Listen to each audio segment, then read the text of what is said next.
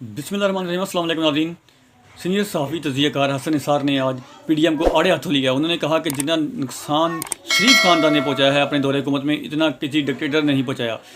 इसके बाद उन्होंने मज़ीद क्या बात की, आइए पहले सुनते हैं उनकी बात, फिर आगे बात करते हैं। बिस्मिल्लाहिर्रहमानिर्रहीम। मंसूर भाई, जैसा अभी मुर्तज़ा साहब ने कहा, फ्री फेयर ट्रांसपेरेंट इलेक्शन होना चाहिए और इस ग्राउंड पे आके बात करना चाहिए कि जो इलेक्शन हो उसके नताइज सबको कबूल करना चाहिए। अब बात बुनियादी ये है कि इलेक्शन होना नहीं, इलेक्शन फेयर होना और फ्री होना और ट्रांसपेरेंट होना, ये सबसे अहम चीज़ है कि अगले 5 साल तक कोई फिर धरना और सड़कें और मैं ना मानूँ ये वाली चीज़ नहीं होनी चाहिए। तो इस पर तो मुज़ाकरात लाजमी होनी चाहिए।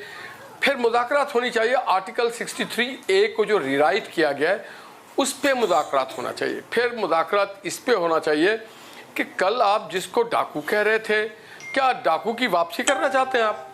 एक जगह वो कह रहे हैं कि आप जो रिजिग्नेशंस हैं उसे वापस ले लें। अगर वापस आप रिजिग्नेशन ले लेते हैं और असेंबली को रिस्टोर कर देते हैं तो इमरान खान साहब ने जिसको डाकू कहा था, फिर आप क्या डाकू राज लगाना चाहते हैं? तो ये मुमकिनात नहीं है, टेलर डिज़ाइन हो नहीं सकता है। उन्होंने फिर रिज़ाइन क्यों किया था भाई? अगर वो सियासी लोग थे, उनको समझदारी का मुजाहरा करना था।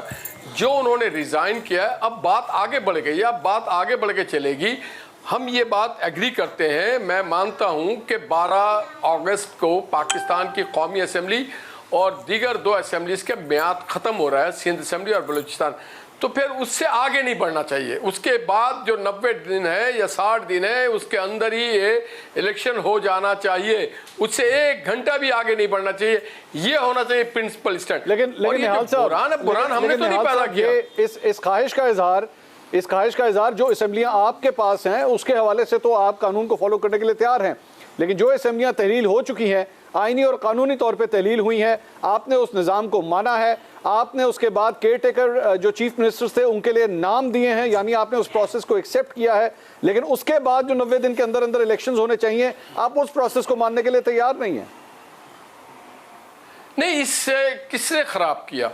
ये जो 90 दिन का बहरान है, ये अच्छा खासा लाहौर हाई कोर्ट में था, 100 मोटो ले लिया गया। ये बहरान तो सुप्रीम कोर्ट की तरफ से कायम किया गया। वो जो 4 रुकनी बेंच और 7 रुकनी बेंच और 3 रुकनी बेंच की वजह से ये बहरान क्रिएट हो गया। और मजाज अथॉरिटी जो है वो है सिर्फ इलेक्शन कमिशन, जो कि इलेक्शन की तारीख है। सुप्रीम कोर्ट नहीं, एक मिनट, लेट मी फिनिश रोक लेते हैं। 30 सर सुन लीजिए ना सर, मैं डिस्कशन लंबी हो जाएगी, टाइम कम है, रोक लेते हैं। सब समझ लेते हैं कि सुप्रीम कोर्ट ने बीच में दखलंदाजी की नहीं है। अगर लाहौर हाई कोर्ट की बात कर लें, लाहौर हाई कोर्ट के आखिरी अहकाम क्या थे आप लोगों को लेके? देखिए, वो फुल एंड फाइनलिटी पे नहीं था। बात सारी है कि 14 मई का किसने रखा? हमने तो नहीं रखा। 14 मई तो नहीं है 90 दिन के अंदर, 14 मई तो क्रॉस कर जाता 90 दिन। ये तो 12 अप्रैल होना था, 12 अप्रैल को आप क्रॉस कर जाते हैं। अब आप कहते हैं फोर्सिबली एक आदमी बात नहीं करना चाहता, एक बंदा गालियां बकता है हर किसी को, उसके साथ बैठो, बात करो, उसकी डिक्टेशन लो। ये सियासी जमात पे देखिए, कंडीशनल कभी भी मुज़ाकरात नहीं होते हैं। मुज़ाकरात हमेशा अनकंडीशनल होता है। निहाल साहब, गालियां बीच में कहां से आ गई? आप बेसिकली गालियों वाली इमरान खान साहब, गाली दे दी, आपने अगर गाली दे दी तो मैं इलेक्शन नहीं करवाऊंगा। करप्ट कह रहे इमरान खान साहब, सबको चोर, डाकू और करप्ट कर रहे हैं और फिर आके उनसे बात कर रहे हैं, जबकि उनके पास एविडेंस नहीं है।